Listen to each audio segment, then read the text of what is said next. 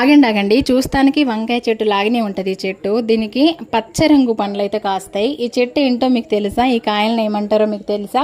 తెలుసుంటే నాకు కామెంట్ చేయండి. నాకు తెలిసి రాయలసీమ సైడ్ వాళ్ళకైతే తెలిసి ఉంటుందని అనుకుంటున్నా. ఎందుకంటే రాయలసీమ సైడు నేను ఒకసారి ఎప్పుడో చిన్నగా ఉన్నప్పుడు వెళ్ళినప్పుడు వాళ్ళు ఈ కాయలు పప్పులో వేసి రాగి సంగటి చేసి తినేవాళ్ళు అనమాట. నేను కూడా తిన్నా. నాకు అప్పటి నుంచి కూడా ఇక్కడ ఈ చెట్లు ఎక్కడంటే అక్కడ ఉంటాయండి.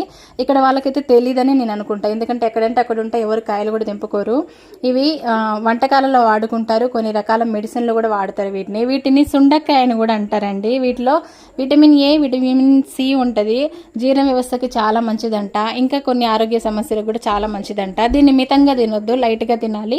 అంటే పప్పులో వేసుకోవడం, సలాడ్లలో యాడ్ చేసుకోవడం అట్లా వేసుకొని తింటారు. చాలా అంటే చాలా బాగుంటుంది. నాకు దీని టేస్ట్ కూడా తెలుసు. అందుకే ఎప్పుడు వాకింగ్కి వెళ్ళినా కూడా నేను గుర్తు చేస్తూ ఉంటా స్రవంతికి, ఈ కాయలు తింటారా, వంటల్లో వాడుకుంటారు వీటిని అని ఎప్పుడు చెప్తానే ఉంటా. అవునా అక్క అంటది. అయితే ఈరోజు తెంపుకొని వచ్చిన. మరి మీలో రాయలసీమ వాళ్ళు కానీ ఇంకెవరైనా తెలంగాణ వాళ్ళైనా ఎవరైనా సరే మీకు ఈ కాయల గురించి తెలిస్తే నాకు కామెంట్ చేయండి. వీడియో నచ్చితే లైక్ చేయండి.